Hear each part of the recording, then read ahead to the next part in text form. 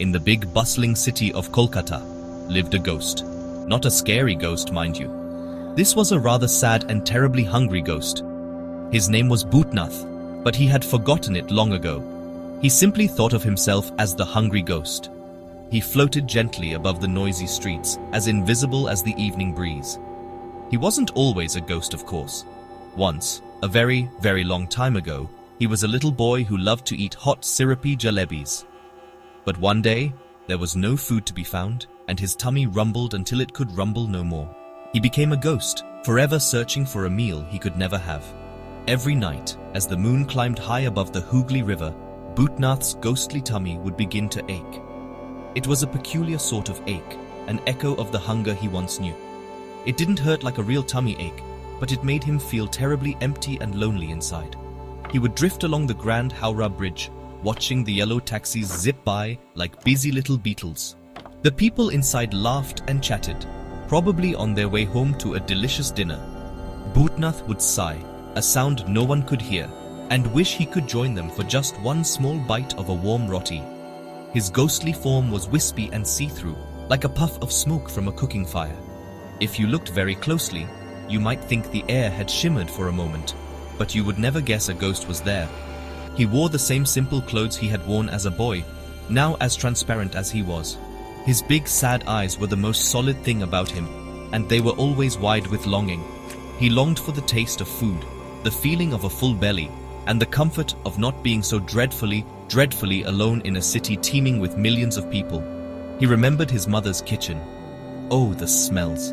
The glorious scent of frying mustard seeds and the sweet aroma of bubbling kheer. These memories were both a comfort and a torment. They were the only things he had left, but they made his ghostly hunger feel 100 times worse. He would float past grand old houses with their lights twinkling, imagining the families inside gathered around their dining tables.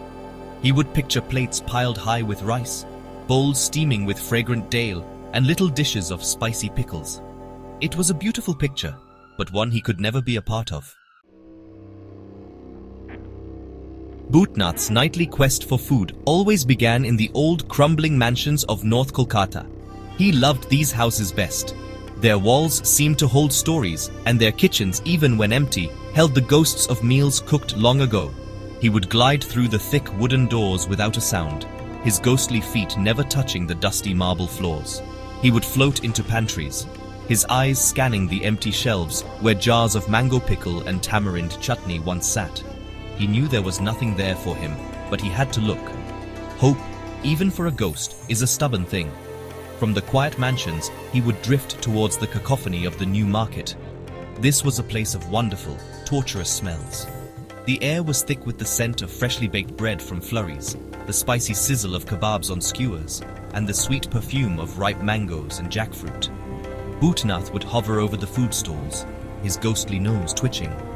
He would watch the vendors call out to customers, their hands moving quickly as they wrapped up hot samosas in newspaper cones. He'd see children pointing excitedly at pyramids of colorful sweets, their faces bright with glee. It was a grand feast for the eyes and nose, but a terrible emptiness for his stomach. His journey would then take him to the winding alleyways where street food vendors worked their magic. Here, the air was a symphony of deliciousness. He would float past a man frying crispy golden luchis in a giant pan of bubbling oil. He would drift near a woman expertly filling fuchkas with tangy water and spiced potatoes. He watched as people gathered around, their mouths watering in anticipation. Bhutnath would try to get as close as he could, hoping that somehow, someway, a tiny crumb might just float into him, but it never did. He was like a window shopper at the world's biggest and best restaurant. His final stop, just before the sun began to hint at its return, was often the flower market by the river. There was no food here, of course, but the scent of jasmine and marigolds was a small comfort. It was a different kind of nourishment. He would see boats laden with flowers arriving in the pre-dawn light, a burst of color in the gloom. The sweet fragrance helped to soothe his rumbling, empty feeling for a little while. It wasn't dal or rice, but it was something. It was a scent that filled his ghostly senses and made the loneliness a little less sharp, if only for a few moments before he had to hide from the day. The most frustrating thing about being a ghost, Bhutnath decided, was being completely invisible. He was surrounded by people, yet utterly alone. He would float right through a busy crowd, and not a single person would notice. A mother might shiver for a second as he passed by, pulling her shawl a little tighter, but she would blame it on the night air. A child might stop and stare at the spot where he hovered, but their parent would gently tug them along, telling them not to dawdle. Bhutnath was a secret that the city kept without even knowing it. This invisibility made his hunger feel so much bigger and so much sadder. His inability to touch anything was just as bad. He would see a bright red apple, perfectly polished and sitting on a fruit seller's cart. His ghostly hand would reach for it, his fingers trembling with need. But instead of grabbing the apple, his hand would pass straight through it, like mist through a tree. He felt no cool skin, no firm weight. The apple would remain exactly where it was, completely unaware of the ghostly boy trying to hold it. He would try again and again, his desperation growing with each failed attempt, until he finally gave up with a silent, heartbreaking sigh. This strange existence meant that even when he found food, he could never, ever eat it. One night, he found a whole plate of rasgullas left on a kitchen counter. They were plump and white, swimming in a glistening, sugary syrup. His favorite. He hovered over them for what felt like hours, his ghostly mouth watering. He lowered his head, trying to take a bite, but his face simply passed through the sweet dessert. He tried to lick the syrup, but his tongue found nothing. It was the ultimate tease, a banquet he could see and smell but never taste.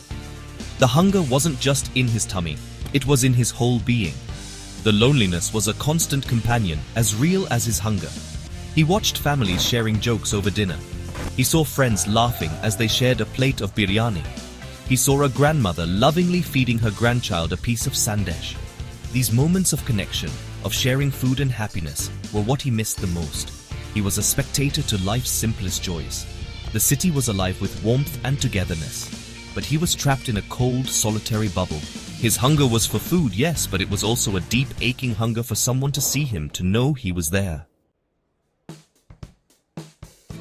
One particularly lonely night, as Bhutnath floated sadly near the Kalighat temple, he noticed a little girl. She wasn't eating. She was sitting on the temple steps with her eyes closed, holding a single marigold flower. She wasn't praying or talking. She was just sitting there, smiling peacefully. Bhutnath drifted closer, curious. What was making her so happy? He watched as she lifted the flower to her nose and took a long, deep sniff. Her smile grew wider. "The best smell in the world," she whispered to herself. Bhutnath watched her, a strange new idea beginning to form in his see-through head. He had always been so focused on what he couldn't taste, on the food he couldn't touch. He had forgotten that he still had his ghostly senses. He could smell things. Following the little girl's example, he closed his eyes. He stopped thinking about his empty tummy and focused only on his nose. He took a deep, ghostly breath. The air was filled with 100 different scents. He could smell the sweet, smoky incense burning in the temple. He could smell the fragrant jasmine garlands being sold nearby. He could even smell the faint, comforting aroma of ghee lamps. It was a feast of smells. From that night on, Bhutnath's quest changed. He was no longer the hungry ghost. He became the scent collector. He would drift through the city, not searching for food to eat, but for wonderful things to smell. He would spend hours hovering over a pot of simmering biryani, not with sadness, but with joy, breathing in the rich aroma of spices and saffron. He would visit the bakeries just to inhale the warm, yeasty scent of fresh bread. He floated through spice markets, identifying the smells of cinnamon, cardamom, and cloves. Each scent was like a different flavor, a different kind of meal that filled him up in a new way.